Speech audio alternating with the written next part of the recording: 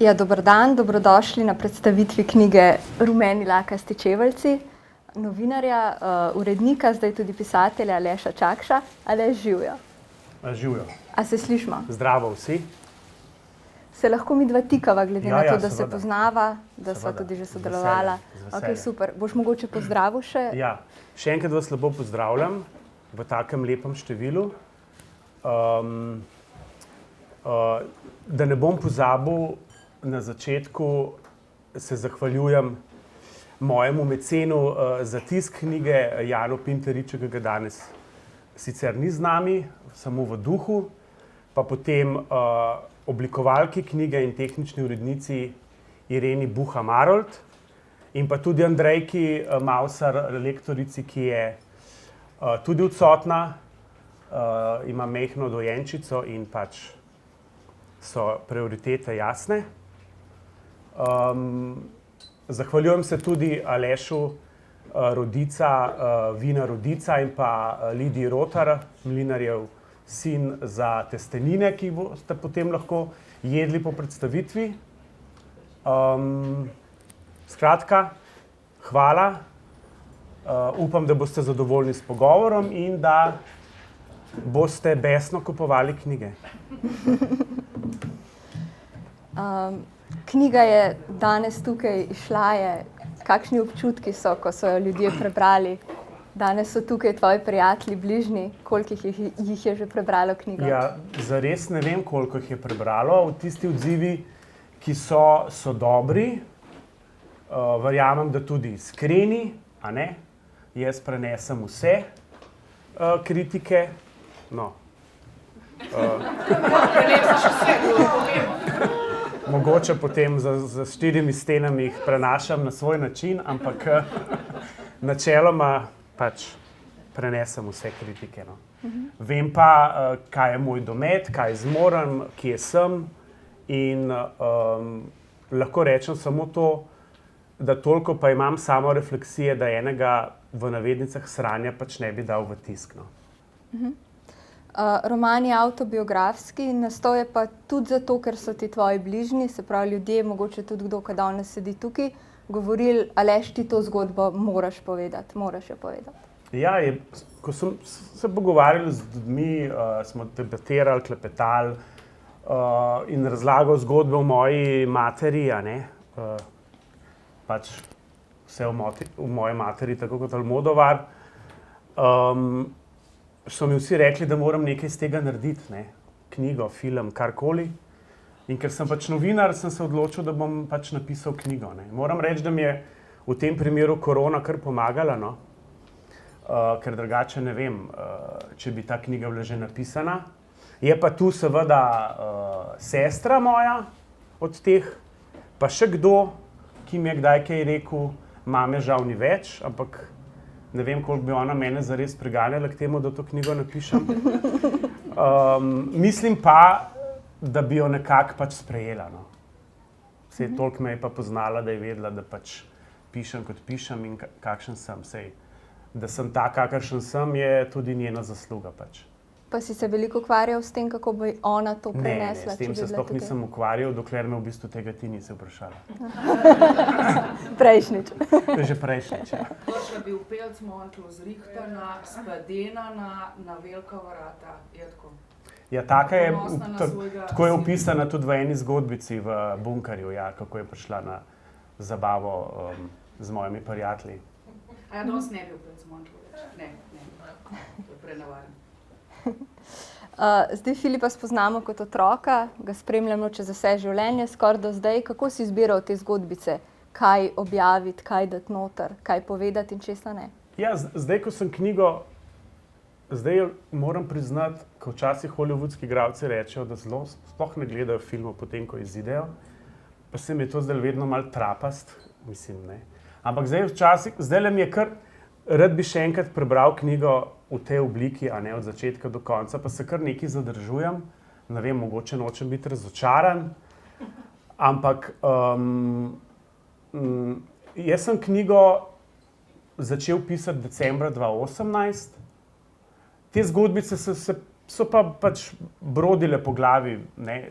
Nisem jaz nek strašno strukturiran pisac, niti nimam prave pisateljske kondicije, ampak jaz sem zelo, butnem iz sebe. Ko smo delali knjigo Drugačna razmerja, tu je tudi Mitja Blažič, eden od piscev z Manca Košir, ko sem jaz ne odgovarjal, sem to vrgel iz sebe v pol ure. Prebral sem samo zato, da je slovnično delovalo kolikor toliko. Popravljal pa nisem. In tudi zdaj, ko sem pisal zgodbice, jih prav pretirano nisem popravljal. Ker sem bil pa načeloma z njimi kar zadovoljen. No. Je pa dejstvo, da sem se zdaj spomnil nekaterih stvari, za katere me čudi, da sem jih pravzaprav zares pozabil in da jih v knjigi ni. Ne. Ampak recimo, da bo še kakšna. No, tako da. Pa bi rekel, da si kakšna poglavja življenja zaprl zaradi te knjige? Ne. Ne, recimo, mogoče sem kakšnega odprl. Ne, zapiral pa ne. Mislim, jaz sem itak odprta knjiga. Sej jaz pač povem, govorim, nič ni skrito, res ne. No. Tako da ni veliko za odpirati, zapirati in tako. Zdaj bova pa potrebovala eno branje poglavja. In to bi moral jaz prebrati, ampak zdaj sem se odločil na hitro in je sprejela, da bo Ivana prebrala 2 zgodbice. Daj, bom probala eno, pa če boš zadovoljen z branjem, pa pol še naprej. Dobro. Da se ne boš prehiter zavedati. Torej, to je zgodbica. Matkino norenje je prva. Matkino norenje. Ja. Matkino norenje. No, bom najdel. Prim.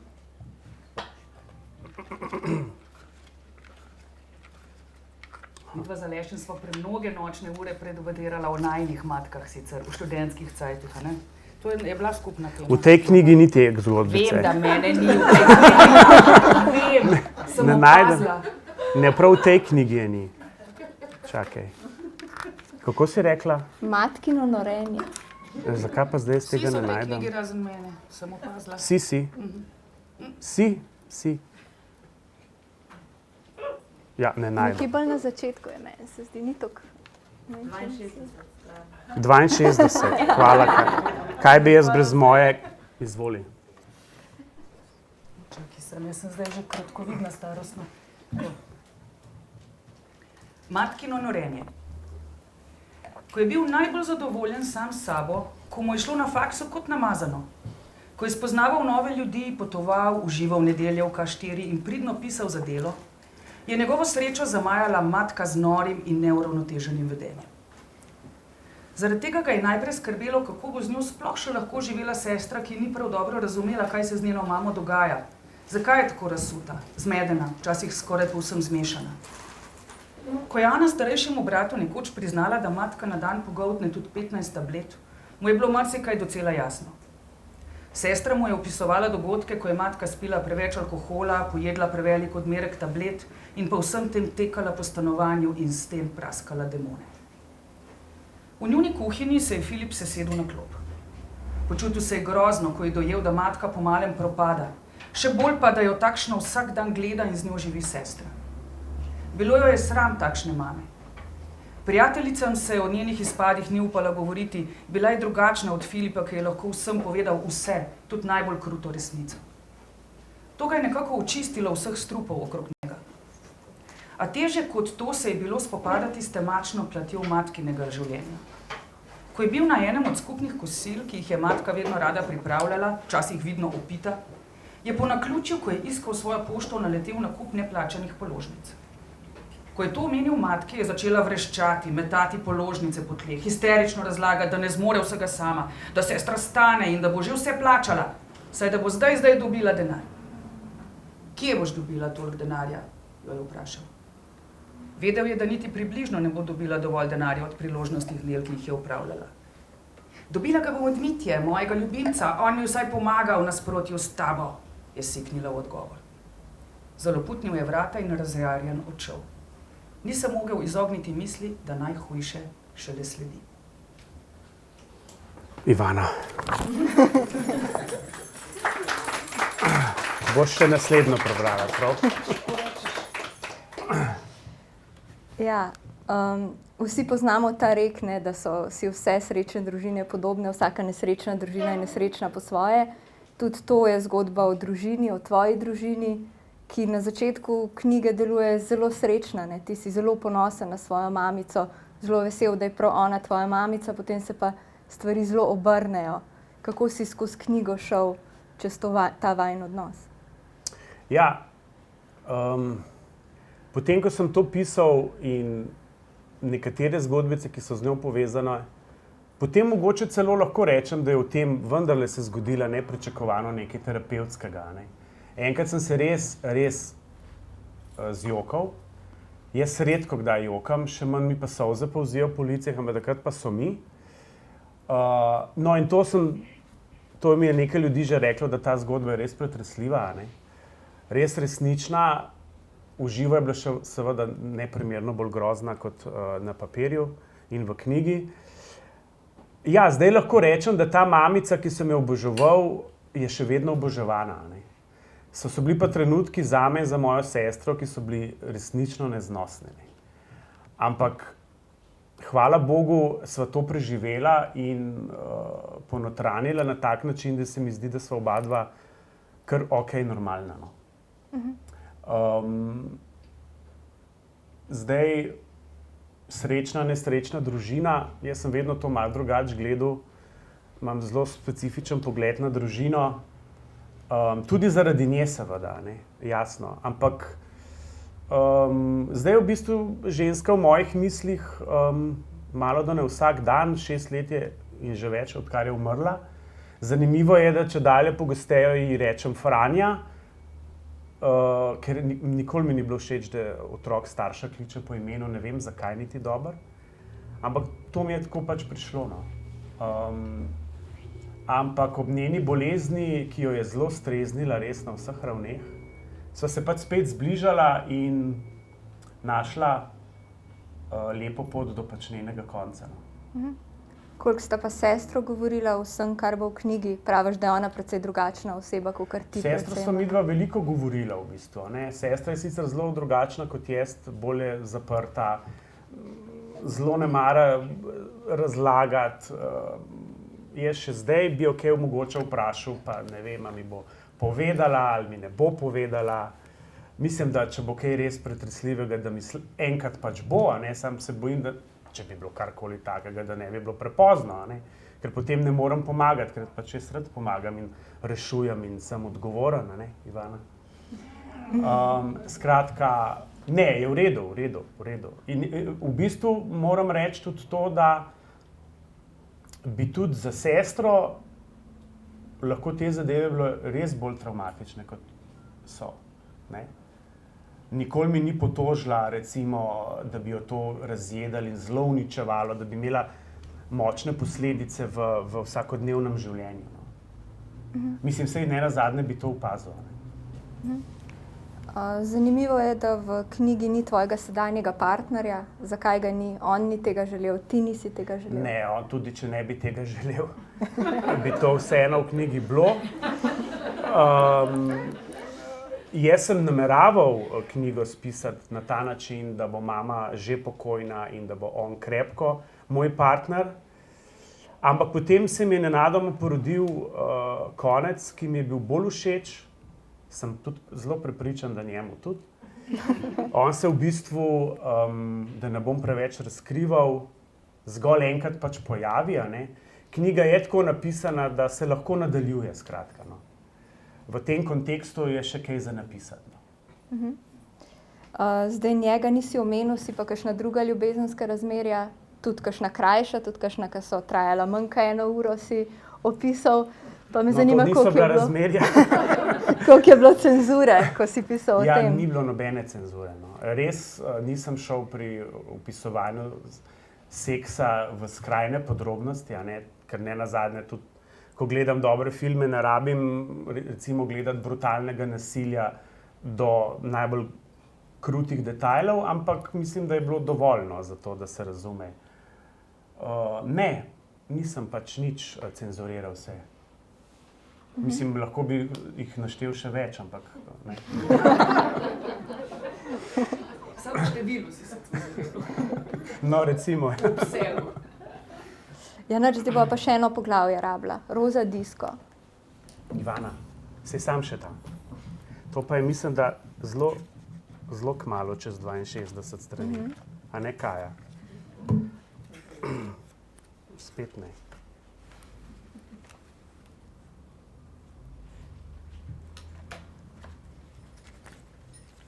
Ne. 59. Ja, izvoli. Roza disko. Roza disko. Seveda Filip ni pozabil, da je gej. Sošolce je pozorno opazoval. Nekdo mu je bil še posebej všeč. Ivan, Primorc. Pameten, čeden, svobodomiselen, sicer precej razvajen. Ni bil gej, a ne malokrat so mu bili heteroseksualni fantje in moški privlačnejši. Zdeli so se mu bolj možati. Ampak o Ivanu je lahko samo fantaziral. Poiskati si bo moral pravega geja, si je dopovedoval. Počasi so ga namreč začeli zanimati fantje za kaj bolj resnega, ne samo za enkratni seks po divji noči v Roza K4. Roza K4 je oboževal. Gejevski in lezbični večeri v nedeljo zvečer v Ljubljani. Še vedno ni maral nedelj, a zaradi Roza diska so mu bile ljubše. Sploh ga ni zanimalo, kaj je v ponedeljek na študijskem urniku. Nedelje zvečer, tja do ponedeljkovega jutra, so bile rezervirane za K4. Zelo pogosto. Rad je divje plesal, pil s svojimi najljubšimi prijateljicami in prijatelji, pogledoval po moških vseh starosti in užival v vročici gejevskih noči. V Roza disko so prihajali od vsepovsod, ne samo iz Ljubljane. Dober glas o vročih večerih in zelo odprti gejevski sceni se je razširil tudi v sosednjih državah. Prihajali so Hrvati, Srbi, Italijani. In ne samo enkrat. Nad K4 so bili navdušeni. Obiskovali so prijatelje za podaljšane vikende, da ne bi zamudili Roza diskove plesnih večerov, na elektrene erotike, drugačnega sveta v temini gejevskega podzemlja. Angleška prijateljica je Filipu priznala, da takšne zabave, kot je v K4 ob nedeljah, še v Londonu ni. Bila je malo da ne šokirana nad homoseksualnim razvratom in naprednostjo K4 v Ljubljani, ki je bila takrat že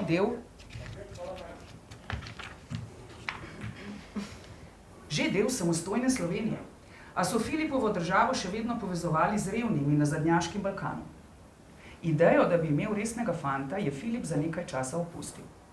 V Roza disko je bilo preveč čednih fantov, da bi izbral le enega. Hvala.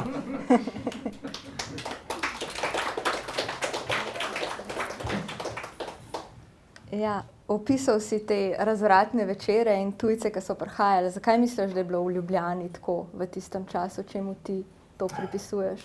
Pravzaprav ne vem, mogoče bo Mitja potem kaj povedal o tem. Jaz ne vem, danes, kot sem nekje zapisal ali povedal v intervjuju, ne vem, če bi Janša zvedel, kaj je danes v K4, to bi bilo zaprto verjetno takoj. Tega se pač ne bi toleriral danes. Ne. Takrat se pa je, sploh ni bilo nekih blaznih težav, jaz jih ne spomnim. No. Govorilo se je že, ampak ne znam, zares ne znam dobro pojasniti. No. Samo vem, da bi bilo to danes res drugačno. A imam prav, Mitja? Mislim, ne bi bilo enako dobro, no, se mi zdi. Ne vem. Mislim, za isto spolne se je v tem času vendarle veliko stvari zgodilo, vendarle na boljše, ne? S tem, da je pot še dolga. Ne? Ampak v tem kontekstu dekadence, recimo, ne, je bilo pa takrat bolj imenitno, kot je danes. No? Ampak ni to ful zanimivo, zdi se, da zdaj ne bi bilo vse zelo dekadentno. Že če Instagram odpreš, se vse vrti okoli seksa, hočeš pa reči, da se ljudem v bistvu dogaja ful manj kot pred 20 leti. Mislim, dekadenca na Instagramu nimam prav zelo veliko od nje. Ne? Pa tudi, mislim, ljudje si na teh omrežjih upajo vse, v živo je pa to zelo drugače in zelo ubogo, no, recimo. To sigurno je knjiga o homoseksualnosti, nočeš pa, da je popredalčkana samo kot to, nočeš, da je to knjiga o geju za geje in lezbike. Ne, mislim, ne bi opredelil knjige, da bi bila to gejovska knjiga, ne, to ne. Jaz sem itak vedno bil tak, da nisem želel tako zelo popredalčkati. Je pa to seveda, glavni junak je odprt gej, že od zelo zgodaj, brez predsodkov. To je absolutno tudi knjiga o odnosu sina z materjo, o življenju mladega geja. Ne vem, je seveda avtobiografska knjiga, prav zelo po predalčku jo pa pač ne bi. No. Jaz se navezala bi se na to, kar si tudi rekel, ne, da ne bi hotel, da so gejovski filmi samo na festivalu gejovskega filma, da ne bojo tudi na Lifu. Ja, to sem govoril zato, ker se mi zdi, da je tam veliko dobrih filmov na gejovskih festivalov, ki bi jih mogli predvsem heteroseksualci videti, ne, zato da bi lažje razumeli, kaj se dogaja gejem, lezbikam, transspolnim, binarnim osebam zdaj in tako naprej. Ampak to bi bilo mogoče tudi danes drugače razumljeno kot takrat, ko sem to omenjal, pa sem bil napaden takrat malo zaradi tega. Pa nisem hotel izpodbijati teže gejovskega festivala, ki je eden najstarejši v tem delu Evrope, ampak to so bila pač moja stališča in jaz sem kar trden pri teh svojih stališčih in jih znam pač tudi zagovarjati. Ne smemo pa sprejemam pa drugačno mnenje, vse dokler se lahko z ljudmi na civiliziran način pogovarjaš in si lahko na dveh bregovih, ampak si še vedno na ravni komunikacije. Se je pa treba tudi zdaj seveda boriti za pravice, za enakosti, kako gledaš ti na aktivizem? Jaz gej aktivist nisem bil nikoli, mogoče s svojim pisanjem, a ne. Jaz upam, da bo tudi ta knjiga, tako kot so drugačna razmerja, pomagala sleherniku, takšnemu ali drugačnemu, a ne, v spolni identiteti. Borba je očitno bo večna oziroma bo trajala še dolgo časa. Je pa res, mi govorijo, da so zelo mladi ljudje danes ne ukvarjajo tako zelo s spolno identiteto. Biti gej, biti lezbika, biti fant, biti punca. Tukaj so oni sami kar prišli na nek drug nivo, samo to mora zdaj tudi družba zapopasti in razumeti. Ne, da se ne ukvarjajo, prosto ukvarjajo se ful, sam sram jih ni tako, kot je bilo, sram pa strah je upadel. Sorry. Ok, hvala, vem. Vsi.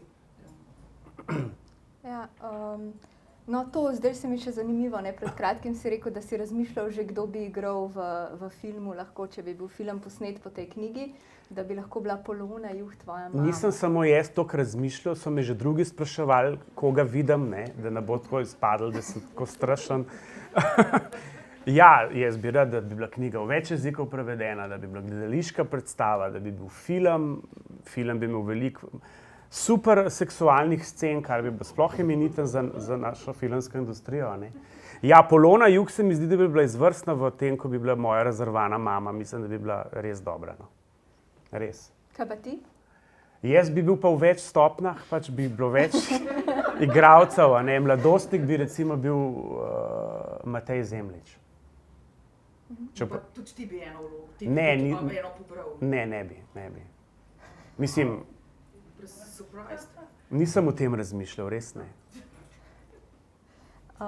Ja, knjiga se konča, ko v Filipovo življenje vstopi nov moški, zrel moški in zgleda, kot da se lahko bi zgodba tam tudi nadaljevala. Se bo nadaljevala, je to nek tvoj cilj, malo si že prej omenil, boš mogoče omenil tudi tisto irsko dogodivščino. Irska dogodivščina se bo zgodila res v eni novi knjigici, ki nastaja, ker ta zgodba, moja največja avantura življenja, se je zgodila, ko sem bil študent, zdaj se to pač ne more ponoviti. Ne.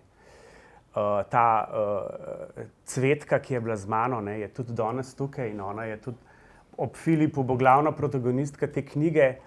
No, sej, z njo je lahko ta avantura se zgodila, brez nje bi jaz bil en mesec prej doma takrat. Ne. Tako da ja, za to knjigo pa ne vem, to je pa vse stvar navdiha, tudi tega, kako se bo ta knjiga usidrala med bralci. Ta moški, ki se v tej knjigi pojavi na koncu, je še vedno aktualen moški, zavedno bo aktualen moški, ne glede na vse. To. Ja, jaz v bunkerju nisem žurala, no, sem ničkan premlada, ampak sem pa eno zgodbico slišala, ki se mogoče lahko malo navezuje na lakaste čeveljce, da enkrat, ko ste bili v Šiški, na eni ste se pripravljali, da greste v bunker, pa je eden od tvojih kolegov vzel tvoje lepe zloščene čeveljce in jih odnesel v bunker, tep pa pustil svoje stare Adidaske. Se spomniš tega? Ne, tega se pa ne spomnim. A res ne? In tega tudi nisva imela na tem papirju Ne. zavedenega. Ne spomnim se. A res ne? Tu No, pa mi ti povej. Ceki skozi govorite A ja, zgodbo. Robert, Ceki. Aha, okej. Ja. To je to. A ne, sem se hodila sam navezati na čeveljce. Ja, kaj naj rečem, priznam, v bunkerju ti spomin včasih tudi malo zbledel. Se zna zgoditi, da se česa ne spomnim.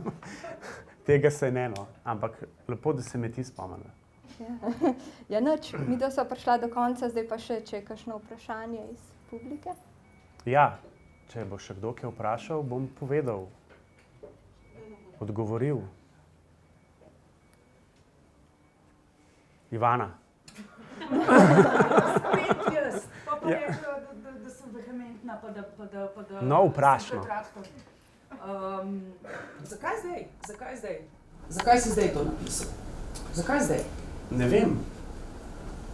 Se pravi, knjigo sem začel pisati 2018, drugačna razmerja smo napisali 2008 smo začeli pisati, izšla je 2011. Manca me je zelo nagovarjala, da ne pišem, piš, mi je ves čas govorila. Rekla, da imam en tak poseben moldovarski slog. Priznam, ta knjiga je očitno ni bila čisto zelo najbolj všeč. A ne? Je hotela, da jo še ne vem nekako nadgrajujem z nekimi strašnimi literarnimi bravurami, ampak to pač ni moj slog. Ampak je vseeno rekla, da je izvrsten roman za določene množice še posebej. Tako da v bistvu je to tlelo že tja od 2010-2011 naprej. A ne? Ampak 2018 sem se pa usedel pa začel pač. Ne? Ni zdaj, da bi to imel kakšno časovno komponento ali da bi jaz moral nekaj dozoreti ali da bi mogli se nekaj poklopiti. Ne, to sploh ne. Le vprašam, ni bilo triko vprašanje, ker ti si bil vedno iskren. Iskrenost, ki veje, meni se zdi, da največja kvaliteta te knjige niso neke beletristične mojstrovine, ampak iskrenost, globoka in direktna iskrenost. In tak si bil vedno, kakor se te spomnim, ali kdaj ni zdaj? Ja, bil. Ne vem zakaj. Ko berem ta prva leta, ko te še nisem poznala, se zdi, da si bil tudi že kot otrok nagnjen k temu. Ja, bil sem malo poseben otrok, no, ampak saj to je fajn, ne vem, drugačen. Kakor za koga, Aleš? Ja, ne vem, mislim, znal sem se tudi izboriti, saj so me zafrkavali, glej ga Pedra, pa sem rekel, zakaj pa, saj sem samimi prijateljicami, bi mogel biti pa pol Krubir, pa Žigolo, pa ne vem kaj vse. Ampak jaz sem se znal pač vedno boriti za svoj prav in znal sem vedeti, s kom biti, s kom ne biti, kdo je pravi, kdo ni pravi. Ko sem zaznaval to homoseksualnost, sem se pač ukvarjal z njo, ker sem si mogel odgovoriti na veliko vprašanj. In jaz vedno pravim, da se mora vsak, ki je v tem pač ukvarjati sabo, iskati odgovore, zato da je pač suveren v tem, kar je. Ker potem je bistveno manj ovira. Mi si vedno naredil vtis, s svojo iskrenostjo pa svojo integriteto, kakor jaz temu danes rečem, ko sem že odrasla. Integriteto. Samo ena replikica še, prej si me prešila, ko si rekel, jaz nikoli nisem bil gejevski aktivist, se spomniš? Ja. Moje mnenje, moj pogled, ti si gejevski aktivist že vse svoje odraslo življenje s tem, kako živiš. Način, kako živiš svoje gejevstvo, jaz vidim kot aktivizem, ker si neomajen v svoji popolni transparentnosti in pomanjkanju vsakršne inhibicije ali pa skrivaštva. Nisi skrivaški in v tem našem prostoru to ni nujno kar samoumevno. No, se to sem večkrat slišal. Jaz sem pač govorim o tem klasičnem tipu gejevskega aktivizma, ne. Ampak tudi Boris Pintar mi je takrat, kot so avtor knjige Drugačne razmere, rekel, da Aleš, seveda si s tem tvojim pisanjem, se to si noben ne upa napisati, tako kot ti pišeš, Pa vse zdaj kako napišeš. živiš, pa kakšna razmerja Ja, imaš? glej, ne? mogoče, jaz sem velik zagovornik tega, da se ne greš skrivalnic, da se greš resnico, zaradi tega, ker to skrivalnice, neresnice, laži, prikrivanja so lahko zelo brutalna kasneje. Ne. In verjetno, mislim, da je to zelo z materjo povezano. Da sem tak pač, na nek način. Ne. Mislim, to z njo me je verjetno res utrdilo. Ne. In zaradi nje sem jaz postal pač odgovoren človek, bistveno prej, kot bi sicer postal odgovoren. A ne. Ker sem pač skrbel deloma zaradi njene neodgovornosti tudi za sestro, za njo. In potem vidiš, da mora vse biti transparentno pač, no, zato da se zadeve tudi lažje in hitreje rešujejo. Ker ti ne moreš reševati težavnih stanj, če za njih niti veš. V tem smislu mislim, da je ta knjiga lahko tudi kakšnemu mlademu človeku za navdih ali pa za... Bomo videli, no, lej. Ja. Glavne čestitam z moje strani vsaka čast. Hvala. Julijana? Ko si začel pisati, si premišljeval o tem, ali boš prvoosebni ali tretjeosebni pripovedovalec, ali pa šlo kar samo? Ne, sem se odločil med prvo in tretjo osebo, res, to pa sem se, ampak sem se hitro odločil za tretjo. In bo tudi vnaprej tako. Na ta način ti je bilo lažje imeti do sebe distanco oziroma mislim, da mi je bil ta način od zunaj. bližji. Ja. Lažje mi je bilo tako pisati, res. Ja. Eva, izvoli. Ja. Jaz sem vprašanje povezano z razkritjem. Po mojih izkušnjah, pa zdaj jih že 10 let in več, predvsem za mlade je zelo pomemben, kako se pomembni drugi odzovejo na to, ko se jim mladi razkrijejo. Ne? Pa če si že govoril o iskrenosti, me zanima, kako se je tvoja mami odzvala na tvoje razkritje? Kar lahko rečem glede razkritja je, da se meni se prav zelo posebej razkrivati nikoli ni bilo treba, ker sem bil čisto odkrit, skratka. Jaz nikoli nisem prav posebej poudarjal. Vsak je vedel, ko govorim o moških ali karkoli, da to ni ne moj stric, ne moj oče, ne moj dedek, ampak da je to lahko samo moj tip. A ne? Sestra je zelo hitro doumela, mati, to je v knjigi kar triki, no. Mati je seveda malo dramatizirala, se je drugače ona ni znala, ne, se to jaz imam po njej, da ne, to mi reče, da sem drama queen, to imam res po njej. Sej ona je verjetno dolg časa vedela. Sej ne nazadnje me je ona prehitela in me je ona vprašala, ne, na dan valete od sestre, ko sva čevlje kupovala za mamo, ne, ker to sem jaz mogel biti zraven, sem mogel iz Amsterdama pridati na valeto, moral pridati, se želel pridati na valeto od sestre, a ne. In takrat je bila malo sitna, nekaj se je zadirala zvečer, da ne pri mir pustim. Potem je hotela malo drame zganjati, zato ker je pač rabila pozornost, ne, če že Anuška umedleva od tega, pa je Anuška mi sama povedala, Aleš, se mi je vse jasen. Ona je potem moje moške sprejemala, se z njimi družila, jih imela strašno rada in oni njo v bistvu in tudi njega, a ne, iz konca knjige sta pa sploh razvila en čudovit odnos in to je bilo res super. Tako da ona, ko je bila trezna, prisebna, je bila zelo lucidna in krasna ženska. Ne. Ampak ko je bila pa naphana z vsemi substancami, je bila pa zlodej. Pač. Ne. Tudi to znam jaz biti, ne, sej. To tudi eni vejo, kakšen sem jaz lahko. Vsak. Ko nisem v najboljši koži. Ne.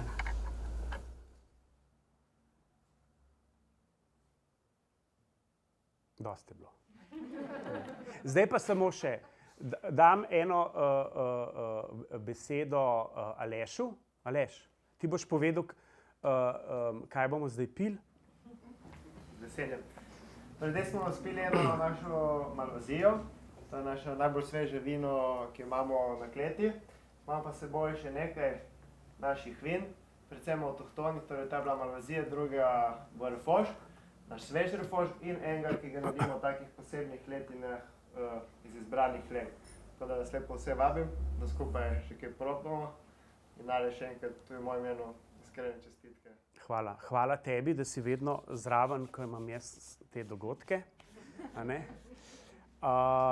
Potem jedli bomo pa testenine, domače testenine, od Lidije, njenega moža, znamke Mlinarjev sin. Lidija se je kar skrila, ker pač je taka, a ne?